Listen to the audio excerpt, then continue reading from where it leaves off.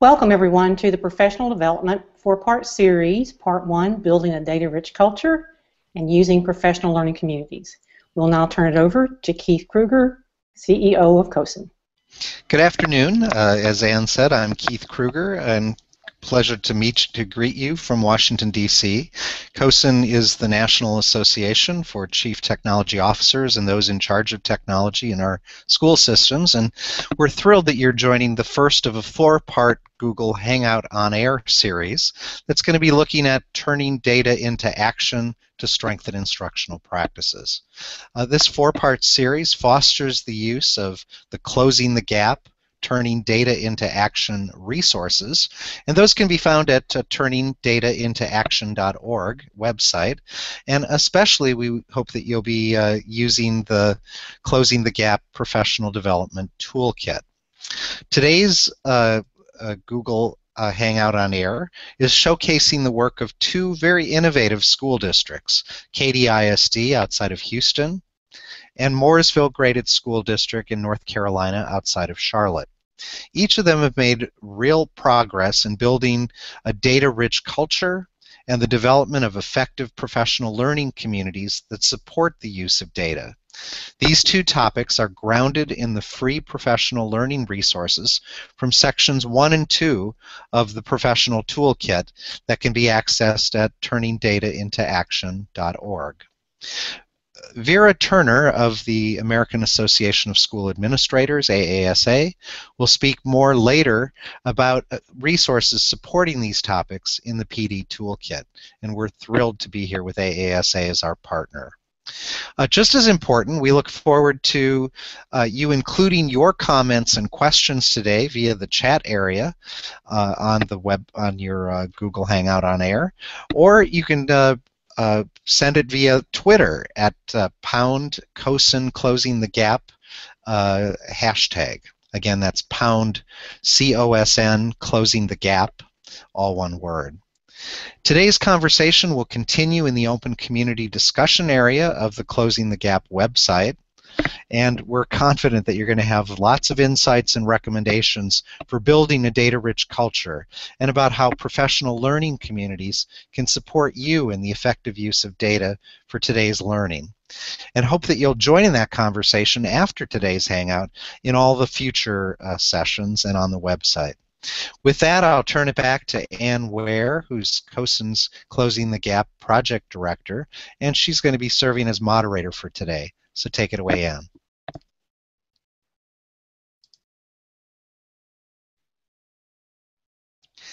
Ann, I think you might be on mute. Thank you, Keith. It's my pleasure to introduce the 2 districts that you mentioned earlier today, Mooresville Graded School District and Katy ISD. From Mooresville, we have Stephen Mauney. He's our Executive Director of Secondary Instruction at Mooresville. And with him today are 3 principals. And if you work in education, you know that principals are the ones that are closest to where the rubber meets the road about using data with teachers and with students. The principals are Michael Royal. He's from Mooresville High School. Dr. Carrie Tolbert. She's from Mooresville Middle School. And Jason Gardner from East Mooresville Intermediate School. Everyone say hello to them. Hi, good afternoon. Hello. And from Katy ISD, our 2nd district, we have Dr. Kimberly Lawson. She's the Executive Director. Let me get the camera up here on the screen. She's the Executive Director for Curriculum and Instruction, and she joins us with Mark McCord, a principal at Ranch Junior High School. Hey, Mark. And Mandy Stutz, who's a high school instructional coach. Let's go to Mandy. At Maid Creek Junior High School. A quick note, additional note about Katy ISD. As part of the Closing the Gap project that Keith just referenced, Katy ISD completed an extensive case study and also a video that reflects their commitment to using data effectively to inform instructional practice. That case study and the video is free to the K-12 community, and it's also available at turningdataintoaction.org. And then as Keith indicated, also with us today is Vera Turner. Vera is my colleague. She's waving at you now. With the Closing the Gap project, she serves as the American Association for School Administrators. She's the project manager for this project. So we'll go ahead and begin the conversation today with Michael Royal of Mooresville. Put Michael on the screen here. And quickly, Michael, if you could begin to tell us a little bit about why Mooresville decided to move forward with building these data-rich cultures. What's one or two steps that you thought were just critical for this to be a success, and maybe some results that you've seen about developing this data-rich culture? Michael? Sure. Thank you, Ann. One thing I do want to mention, I've been at Mooresville at the high school since 2001, so I've seen the transition now. This is my 13th year at the high school. I spent the first 7 years as a math teacher. The last year that I was in the classroom, I was also the head of the math department. So when we started this transition of being more data-rich at Mooresville, I was on the front lines as a teacher, and then I moved up to be an assistant principal, and now this is my 3rd year as the principal. And really what we realized is we were a good school back when I was a teacher. We had good results. When Dr. Edwards, our superintendent, came in, and my former principal, Mr. Todd Wirt, when they came in and took over leadership, they decided that we were a good school, but we had the potential to be a great school. And one of those things that we needed to do was really dive into each individual student. And we needed to make sure that we aligned our curriculum and to make sure that we were tight and all of our teachers were teaching what they were supposed to. And one piece of that was our formative assessments that we did create. And in doing so, we were able to individualize our instruction. So there were a lot of things that happened right around 2006. One of those would be that we did become more data-rich and data-intensive with each of our students.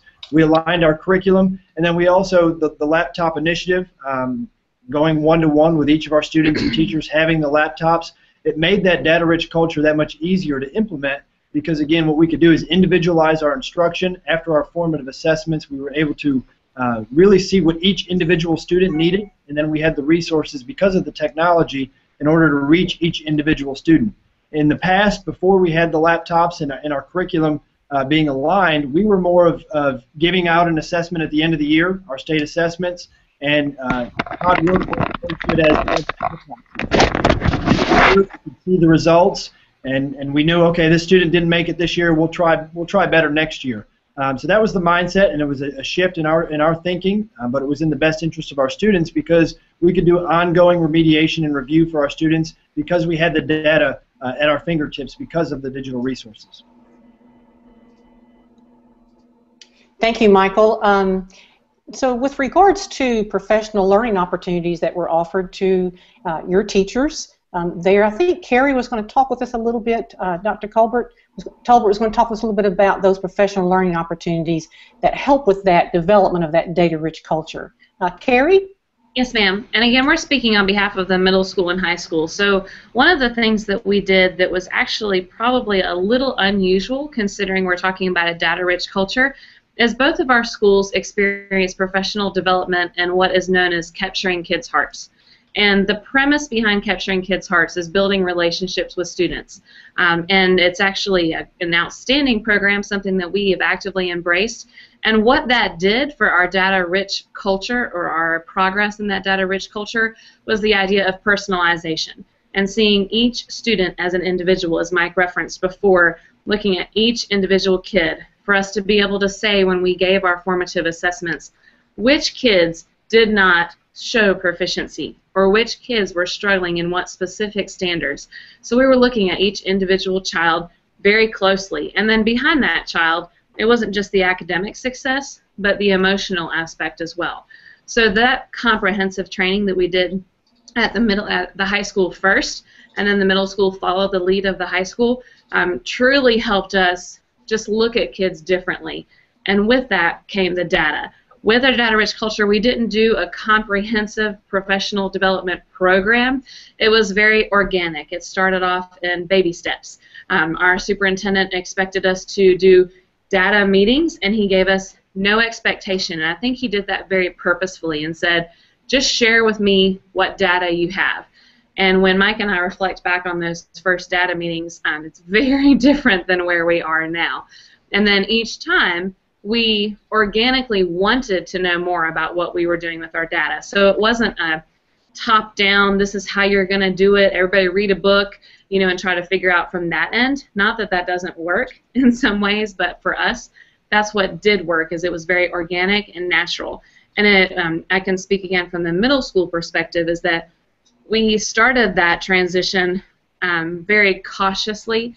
We weren't about projecting everyone's data everywhere, but now we are very transparent everywhere. There's a desire to be transparent, and I know that we will be talking about PLCs shortly, but for us, departments or PLCs go hand in hand with how we use data, and that was really the development of how we worked collaboratively as a staff in looking at data. So we just approached it, I think, a little bit differently than most people do, and it seems to have worked really well to have that organic approach rather than a top-down approach of this is how you're going to do it.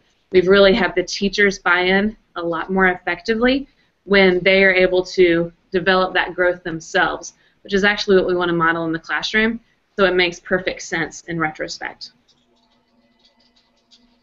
Carrie, it sounds like Mooresville has really worked hard towards that building of capacity of teachers to, and maybe students at some point in time also, to be able to feel confident and to trust the data and to know what steps to take next. So a quick return question for you is, you mentioned that the initial data meetings looked very different from your data meetings now. What will be a couple of differences as to how they operate now as to how they did when you got started? Again, it was very comprehensive. It would just state what our state test score was, or maybe what a quarterly assessment score was, but it was very general. Like this was our 8th grade English Language Arts reading score was at 77%, and then we wouldn't dive any deeper. We wouldn't talk about our subgroups within that, or we wouldn't talk about individual students, or we wouldn't talk about how this particular student, Mike Royal, was only 2 questions away from being proficient. How can we get him over that bubble of being 2 questions away? Now that's what we talk about. We talk about specific kids. We talk about specific strategies that we are using with those kids. If it's that our EC or our exceptional children students, our children with disabilities, are struggling, we look specifically at what disability is it, how many disabilities do they have, what are we offering to them during the school day that can make a difference. And we very specifically go through every strategy for the tiniest minute detail that you can. When we began, it was, again, just very general and surface. That's probably the best way to describe it. Mike, do you want to add anything to that? Yeah, I think the other piece that I would add is the data meetings now. As an administrator, my admin team, we rarely talk during these data meetings. Like you said, it builds that leadership capacity of our teachers. These are very teacher-centered meetings, teacher-led meetings that are student-centered. Like Carrie said, we talk about individual students in these data meetings, and my lead teachers are doing most of the talking with our central office staff. Right. And I think also the emotions tied in with the data meetings at first were very anxiety-driven, because we thought it was a gotcha, and then as we've progressed, it's not like that at all. It's very much of a collaborative, supportive help. We have present in our data meetings our superintendent, our director of curriculum for whatever grade we are presently talking about. We have our director of technology. We have our director of accountability. We have our director of exceptional children. We have all of our support staff from central office present in these data meetings for each school, which makes a world of a difference from an administrative and a teacher perspective, because you know that everybody is there to help. I recall one year we were particularly struggling with our children with disabilities, and our director of secondary instruction at the time finally just asked our department chair, what do you need for these children? What would make this work? And she said, honestly, we need buses for them. We need to keep them for tutoring, and we need buses. And the director of secondary instruction said, I'm going to make it happen for you. I don't know how, but I'm going to make it happen. And then he collaborated with some other groups and was able to provide funding to get those students here for after-school tutoring. And it made a world of a difference for them, and we saw their test scores gradually improve throughout that year, that they were able to stay with us for an additional hour every day. So it's just that kind of approach that everybody is all in and incredibly supportive, and it's not a gotcha.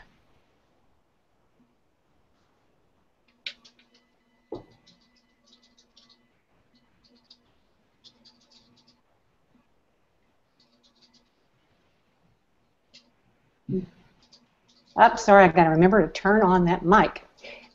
So Carrie, at the and more at the school level, what does that professional learning communities look like, and how do they function? I think Jason Gardner is with you. Also, want to include him in the conversation. So, tell us a little bit at the school level how those data meetings might look, and the kinds of professional learning that teachers have opportunities for in Mooresville all-in effort. Well, one of the things that we do as well with the data is it's really entrenched in the professional learning communities. It's not just those data meetings where we're talking about the data. It's almost progressed to a point where it's a weekly conversation that we're talking about data on an ongoing basis. We use things like progress monitoring and some of the tools that we have with the digital conversion to make sure that we have these frequent data points so that we can constantly adjust, because we want to ask ourselves, as we have these kids in groups and certain intervention strategies, what's working, what's not working, and can we replicate what's working well? Can we adjust and modify what's not working so well? And then in those professional learning communities, we have our tech facilitator in all of those meetings, and she's really able to chime in and share best practices and resources that she has a wealth of knowledge about, so that we can always make sure that we're, you know, analyzing the tools that we're using and make sure that we're using the best things for kids to meet the needs of each student. Thank you, Jason. Well, it's obvious that Mooresville has that all-in approach, and I know that that your superintendent has talked about. We all have to be in to do what's best for every child every day. What we'll do now is we'll kind of shift gears a little bit to Katy ISD. Dr. Lawson will provide insights on how data from assessments are assisting with the building of a data-rich culture. Dr. Lawson, I'll put the camera up and also put up one of your slides. All right, thank you, Anne. We're excited to be here today to talk about one of our current initiatives about transforming practices in Katy, and that is our assessment program. Historically, just kind of big picture, we wanted to share with you, Katy for a long time had administered district-developed benchmark assessments to all of our students who took a state assessment. So that varies by grade level and by content area. But as we each year developed these assessments and took really just a different approach at how we use the results, we had a lot of feedback from both the campuses and the central office that maybe there was a better way or a more effective way that we really could use assessment to drive instruction. Those benchmarks were mirrored or formatted like the state assessment. They were given a little more than halfway into the year prior to the state assessment, but students were exposed to concepts that they had been taught and some that they had not been taught. And so sometimes in the data analysis process, some of that information wasn't always as pertinent to the students or to the teachers, and they took a long time to administer. It did provide an opportunity for campuses to practice that state assessment format, but over time, as we looked at the results, we just knew there was a better way to do this and to really have a more balanced approach in Katy. So this past year, our Director of Research Assessment Accountability and Student Support Services developed an assessment council. And this council met throughout the year last year. There were campus administrators and various departments represented, and the charge was to really explore our practices in Katy. And what we found on our 57 campuses was that we had a variety of practices going on, some definitely led and charged by the campuses, but our district developed assessments were something our campuses want us to look at. So we really focused that team on trying to figure out what would be the best assessment practices for us to proceed with. So our focus was trying to develop a balanced assessment program, and we actually started with defining what is a balanced assessment program. So this council met throughout the year, and that main task actually took the majority of the year. And what we decided was to shift away from that one-time assessment of that benchmark for students, that we would go to what we were now called district learning assessments. And these are frequent assessments that are shorter in length, and they cover concepts that have been taught, the students have already taught the material, and being more formative in nature. And while some of the practices in our previous model were formative in nature, there were definitely some areas that we wanted to improve. So we're in our first year of these district learning assessments, and again, focusing on the student expectations that Texas has determined. We've also are experiencing a new state assessment, and so we've just finished our second year of our state assessment, which is called STAR, and this rigor assessment really has forced us to really look at what do students already know, where are their weaknesses, and how can we help them. So as we have worked diligently to develop these district learning assessments, they are just now underway. In fact, we're right now on our very first window of the testing window for some of our district learning assessments, but they are short. They're completed in one class period or in about 45 minutes. We worked with the council and with feedback from the campus principals on really determining what needed to be assessed and also when should those occur. So a long, strong look at our curriculum and opportunities for students to get assistance if they were struggling or in any way to make them successful. So that's a little bit big picture about this practice, and at this time I'm going to turn over to Mr. McCord, one of our junior high principals, to talk about the accomplished teaching model. Good afternoon. My name is Mark McCord. I'm the principal at Morton Ranch Junior High here in Katy. We qualify, we meet the criteria to be a Title I school. About 1,300 6th, 7th, and 8th graders. Every day is a great adventure. This is my 5th full year, and if the slide is up, if we get that slide up, Ann, I would appreciate it, the accomplished teaching model. My staff and I, Michael mentioned how he was trying to move his school from good to great. In fact, that's kind of our history. Our school's been a good school for a long time, and we're working to make it great. And about 3 years ago, we did a book study. I know many of you are probably familiar with that book by Collins, Good to Great. And if you're looking at the accomplished teaching model, when it's up, is it up? Yes, okay, great. Very good. What we did, we used a strategy that Collins identifies in this practice of moving from good to great, which he called it the hedgehog concept. But really what it is looking at what you do in this very complicated task, which of course for us is accomplished teaching or effective teaching, you might think of. And what does that really involve? Kind of boiling it down into some areas to simplify this very complicated task and really get really good at those areas. So what you see, quality first-time instruction, we really spend a lot of time in intervention with our kids and not getting the traction that we really were wanting in the results. And so really get that focus back on doing it right the first time. And of course, being focused on the content which our state provides, which are the Texas Essential Knowledge and Skills, the TEKS down there at the bottom, you see that as well. And then doing that with passion for the kids and for the content area, and of course in the middle of that Venn diagram are the kids, and hopefully they're being successful. So the reason I brought this in is because it really kind of helps frame what we do, and we're on a continuum, and since I started at our school, we've come a long way, and we still have a great deal of work to do. But if you'll notice in that content circle, the PLC is a major focus in those professional learning communities. Ann mentioned where the rubber meets the road, and what I would say is, as far as the instructional leadership, that's where we need to be. We have to be in that 6th grade science PLC, that 8th grade math PLC. That's where we have our greatest impact.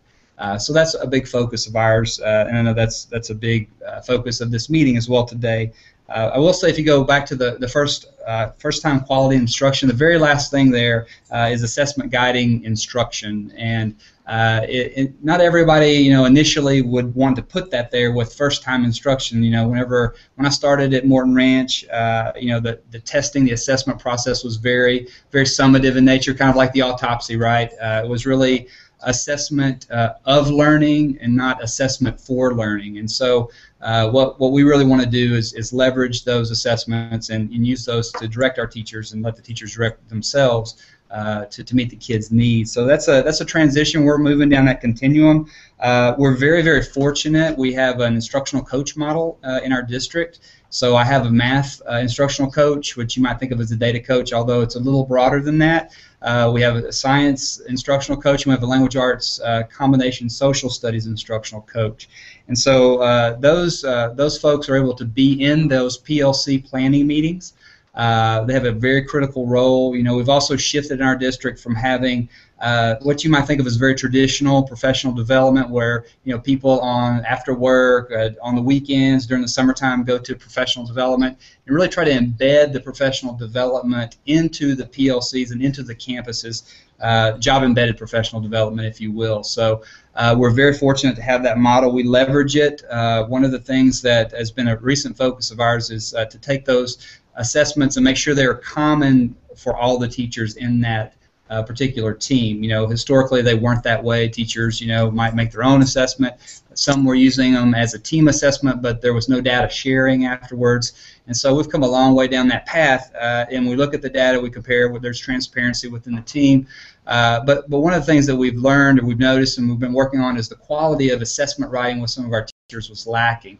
And so we really worked very hard last year to work on the depth of knowledge of those questions and the quality of the questions that were there. We go through the 1, 2, 3 based upon basically level 1, just to recall simple low-level question, and then moving down the ladder with more critical thinking. And so our teachers have been trained, and that was a long process. I don't think that sometimes we spend as much time with teaching our teachers how to write good questions or ask good questions. And so that was something that was really important for us to do, and we're able to leverage that through our instructional coaches. And so, the latest journey this year, we're really focusing on the way we review for those assessments. So we feel like we have good quality common assessments. They cause the kids to think, but what we're struggling with sometimes is the nature of the reviews that our teachers are using. Take what might be a very good quality question and reduce it all the way down to a level 1 depth of knowledge question, because it's like identical to the review process, whether that's a game or a review worksheet. So our big push this year is really trying to step up the way we review the kids and prepare them for those assessments that help drive instruction in our classrooms. With that, I will turn it over to Mandy. Hi, I'm Mandy Stutz, and I am the math instructional coach at Maid Creek Junior High. When I started as an instructional coach 5 years ago, I had more of a role of a data coach, where I worked with all the subjects and I looked with data with each subject level. And then 3 years ago, I was able to become content specific. And so the last 3 years, I worked with math teachers at Maid Creek, which is another Title I junior high in Katy. We use data all the time. We look at our state assessment data at the end of the year to be proactive for the following year. We look at areas that we were weak in and decide on some areas that we're going to study a little bit more, find new resources, look at what we did this past year, tweak what we did, find what was missing, figure out what went wrong, and then be proactive the following year in looking at our instruction so that our first-time instruction can be even better than it was before. Mark talked about our common assessments. I work closely with the teachers to write their common assessments. We use the depth of knowledge as well with level 1, level 2, and level 3, and getting them to really up the rigor of their assessments. We use the data from those assessments to be more reactive. So our state assessment data helps us to be proactive in planning for the future, and then our common assessment data is more reactive, where now we're going to use that data to plan for reteach, whole small groups, do retesting, figure out what gaps the kids have that we need to fill immediately before we can move on, or as we continue to go through the year, what gaps those kids have. When I look at data with teachers, I'll pull up the campus data on the projector, and they on their laptops will pull up their own individual data. The system that we use is kind of cumbersome to go between the campus report versus the teacher report, and so I'll put the campus data up on the screen so that the teachers, when they have their own, they can compare their results to the campus, and then when they see it, a big difference, either they're higher or lower, we've built a community of trust where they feel comfortable to talk to each other about what is going on with their data. Oh my gosh, I was 20 points below the campus. What did you guys do? Or, hey, I did pretty well on this. Let's talk about what everybody else did. Having looked at the data beforehand, I will see some key areas where maybe we had some differences in the scores, and I'll be able to guide us towards those questions if it doesn't come up naturally. But then we can kind of highlight what maybe some better instructional techniques that were used and talk about how we did things differently. But But basically, that trust has been built over a few years of having the data discussions. And when we started out with data talks, we had a very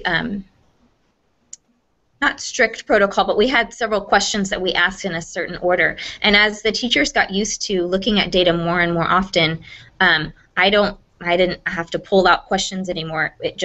The conversation just started, and they knew we were looking at data, and we just went for it, and we jumped right in, and they started learning from each other. And just like Mark talked about, the job-embedded professional development is what went on when we had those conversations. And so that was what is so powerful about the data conversations that we have. And with that, I will turn it back over to Ann.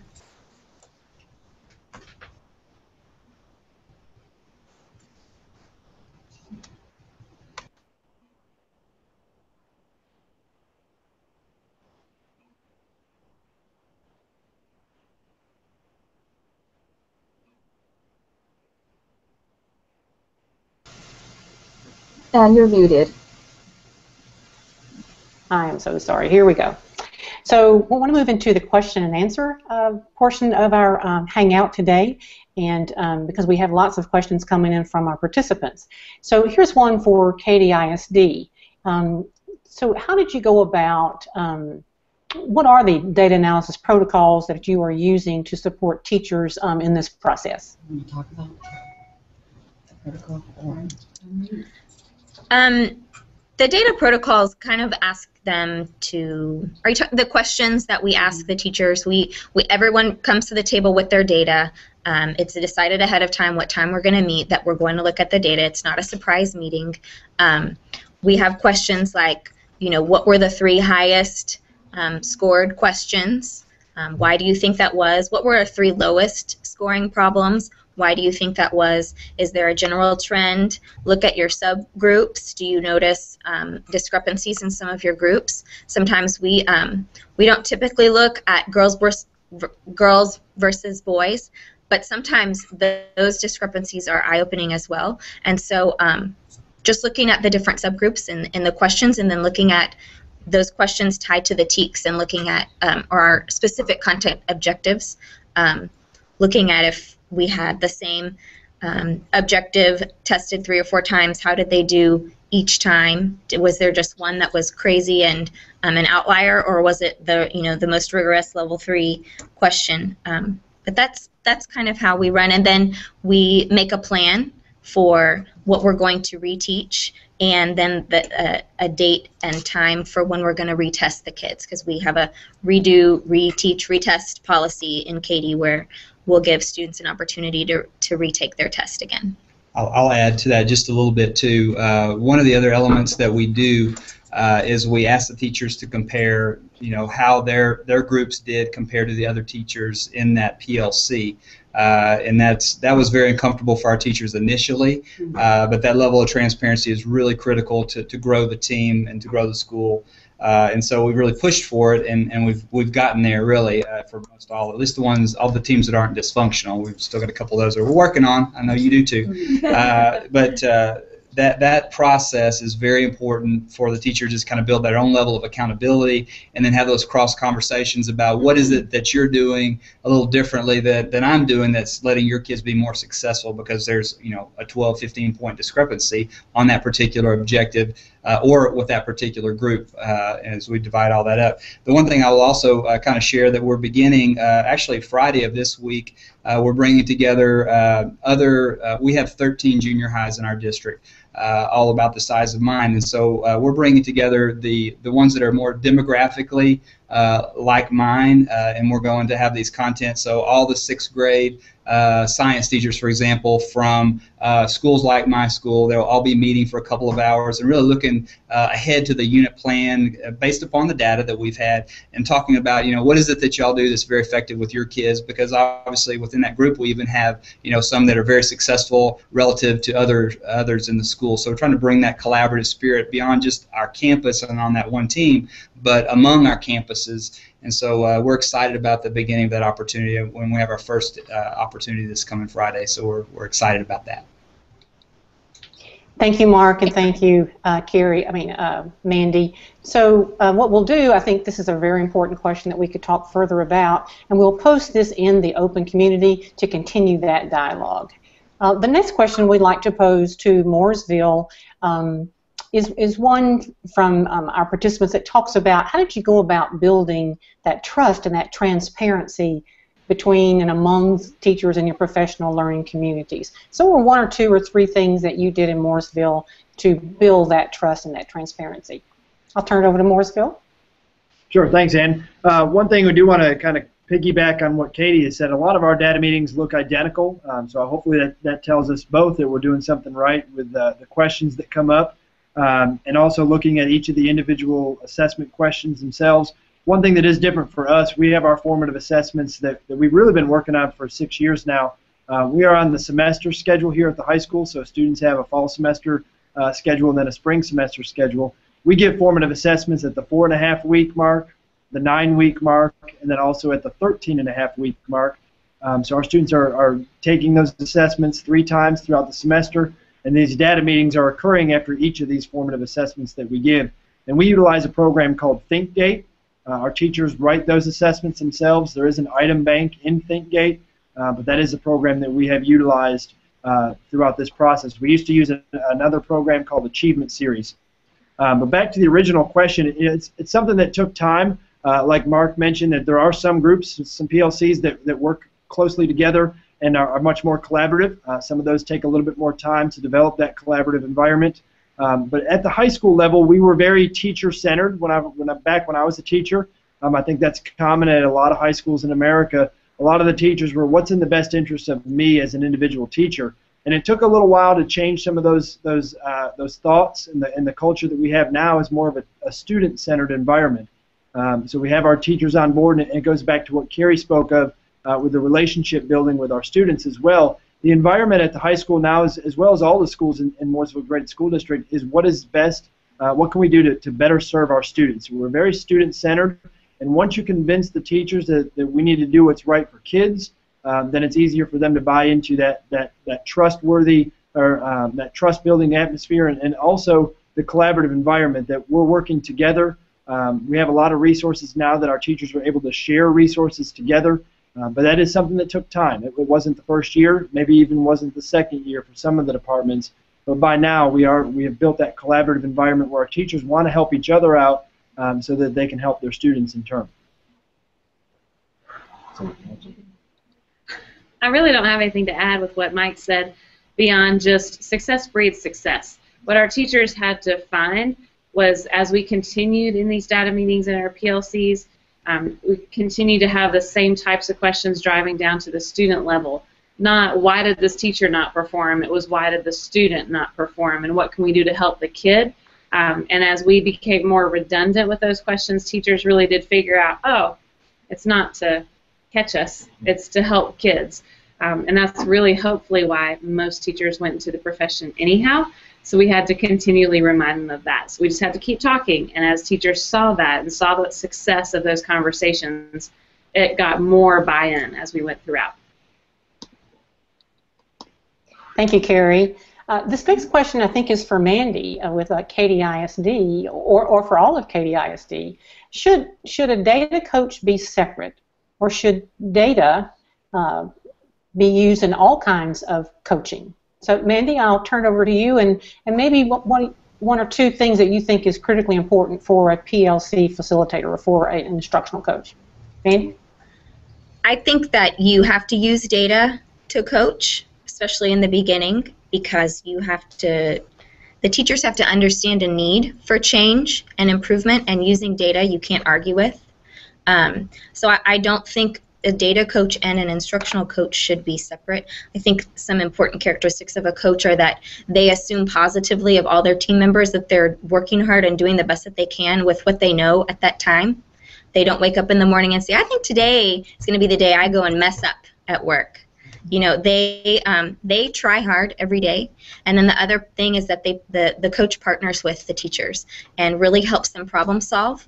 Helps them find the problems and then helps them solve them, and doesn't tell them how to solve it, but builds their capacity to to figure out some answers, and Kim is going to talk too.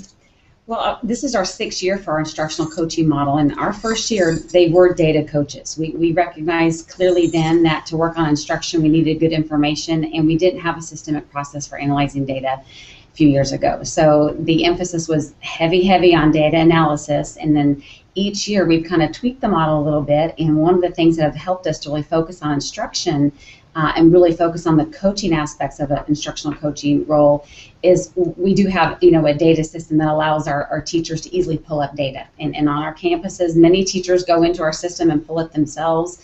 On some campuses or grade levels or teams, they maybe depend on the instructional coach for some of that, or maybe greater than others. So with that added system, it really allowed everyone to look at data, not just one person on the campus, or I've got to go run this report. Again, it's our 2nd year for that system, so we're still growing, but our instructional coaches clearly and definitely want to remind teachers of that data, and again, focus on that instruction, that first-time instruction that Mr. McCord talked about. If we can get more students successful from the get-go, then we know they're going to progress in their learning. And so our focus was really on data at first, and we've been able to really make data embedded throughout our day and with more staff members than just the coach. So I do think data, Katie really believes that data has to be a part of all of our conversations and drive what we're doing. Thank you, Kim, so much. It's obvious from our presenters today that they are completely committed to building capacity, and building capacity with teachers and building capacity with students. Like Mooresville said, it's about kids being successful, and let's figure out why they're not and how we go about making that happen. So if you would please join me in thanking our presenters today for a very, very candid conversation around how we build data-rich cultures and how we support those cultures with professional learning communities. So thanks so much to each of you. We will continue this conversation for the next 2 weeks in the open community of the Closing the Gap website, and we'll invite these presenters to respond to questions for 2 weeks only in the open community with the Closing the Gap project. I'd like to now turn us over to my colleague, Vera Turner, and she'll tell us a little bit more about the Professional Development Toolkit. Vera, and I'll put your slide up. Okay. Oh, thank you, Ed. I'm so excited just sitting here listening to the districts and all the great work that they're doing and using data to improve and creating a data learning environment. So I'm excited about that. But I'm equally excited to let you know about the Professional Development Toolkit. It embodies all of the resources that we have been developing over the past 2 years. Selection and implementation templates. As Ann mentioned earlier, we have a video from Katie, their case study, and 4 other district case studies, videos and case studies, selection and implementation tools. So we have a variety of resources, and the Professional Development Toolkit embodies all of that so you can actually use. Professional Development Toolkit is very easy. The curriculum is step-by-step curriculum design. And I'm going to focus on just 2 sections of the toolkit today. We have 5 sections, but I want to speak to what is relevant to what the districts have talked about today. So the first section is, as Ann has the slide up, is developing a data culture that is effective. And as the school district and school districts and school leaders know, that's not an easy process. It doesn't happen overnight. The change process is very difficult. And so we make it easier for you. That's where the toolkit comes into action. Educators understand the rationale. It helps educators understand the rationale for stakeholder engagement. Provides a recommendation for moving through the change process, which is sometimes difficult depending on where people are in the different phases. But also understanding the role of trust. One of the districts mentioned that was key, and also guidance on goal setting. And the next area, the key area in the toolkit, and if you could move to the next slide, is establishing professional learning communities.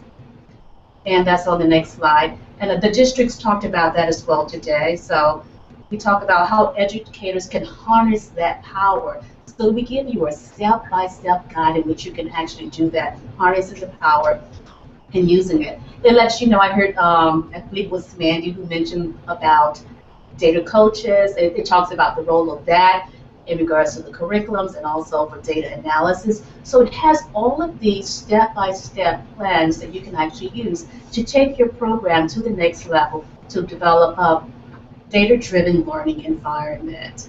And like I said, I've only highlighted 2 sections for today, but that's 5 sections, and I encourage you all at the conclusion of this program to go to the Closing the Gap website at www.turningdataintoaction.org and look at the toolkit in more detail to get a better sense for it. Because one of the things, the districts here at various stages of development, and I know that you could be, whether you're a small, large, or medium-sized district, whether you're from a rural, urban area, or suburban area, whether you have an advanced program that's been in the works for many years, long-standing, and you're just looking to tweak it, or whether you have, you're looking to start and launch a new program. The toolkits has some of everything in there for everyone, so I encourage you to go to www.turningdataintoaction.org and look at some of the resources.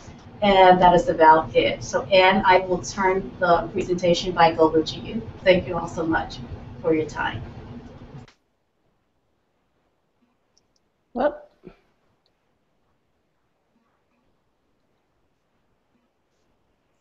thank you, Vera, so very much for your insights about sections 1 and 2 of the toolkit that really do dig deeper into the exact topics that we talked about today.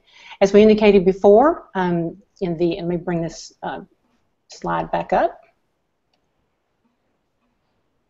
Here we go. For the next 2 weeks, we're going to continue this conversation in the Closing the Gap website in the area of the discussion area, and so we invite you to join that conversation and continue this moving forward. Also, this is as Keith indicated before, this is a 4-part series, and we invite you to join us on October the 16th. We will start having discussions around what are the evidence-based practices that support the use of using data.